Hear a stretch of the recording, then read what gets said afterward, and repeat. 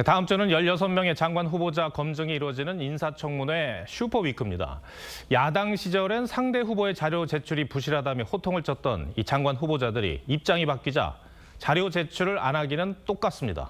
민주당이 비판받았던 이른바 내로남불의 전형이죠. 오늘 뉴스더에서는 정치부 황정민 기자와 이 부분 얘기해 보겠습니다. 이 야권에서는 이제 자료 제출을 안 하거나 미루는 후보자들이 침대 축구를 하고 있다, 뭐 이런 비아냥성 말까지 하더라고요. 예, 그렇습니다. 이기고 있는 팀이 그라운드에 누워서 시간을 허비하고 있는 것처럼 이 버티기에 나선 거 아니냐는 겁니다. 실제로 정동영 통일부 장관 후보자의 경우엔 580건 요구 자료 가운데 아예 한 건도 내지 않았다고 하고요.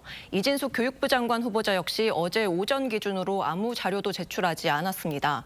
조현 외교부 장관 후보의 경우엔 제출률이 10%가 안 됐습니다. 배경은 과기부 장관 후보자는 자료 제출 마감일인 어제 저녁에 이 700건 넘는 자료를 한꺼번에 제출했다고 합니다.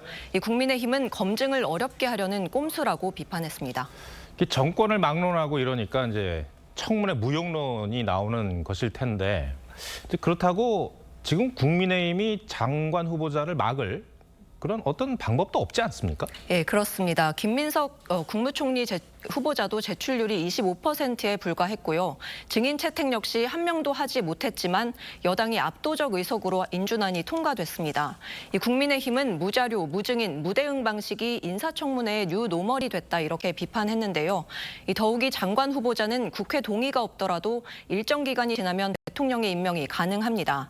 각종 의혹에도 후보들 모두 청문회에서 해명하겠다 이런 말만 반복하고 있는 것도 이 때문일 텐데 이 국민 눈높이에 맞지 않는 후보들까지 임명을 강행할 경우 오만하다는 비판 여론은 피할 수 없을 걸로 보입니다. 특히 강선우 여가부 장관 후보자의 그 보좌진 갑질 논란이 사실 조금 더 도드라져 보이거든요. 근데 민주당 내부에서도 우려가 있는 것으로 알고 있는데 일단 당은 공식적으로는 그냥 간다 이런 거죠? 그렇습니다. 그게 당의 공식 입장입니다. 앞서 저희 리포트에서 전해드렸듯이 강 후보자가 당내에 악의적인 허위 사실이라면서 적극 해명을 하고 있는 데다가 일기 내각 후보자가 한 명이라도 낙마하면 이재명 대통령에게 타격이 될 수 있다는 계산이 깔린 걸로 보입니다. 다만 이 일부 의원들 사이에선 여론이 심상치 않다 이런 우려가 있는 것도 사실입니다. 사회적 약자를 위한 부처 수장이 약자에게 갑질을 했다는 논란이나 이 교육 정책 책임자인 이진숙 후보자가 표절 의혹에 휩싸인 모습이 여권 전체에 결국 악영향을 줄 수 있다 이런 겁니다. 네.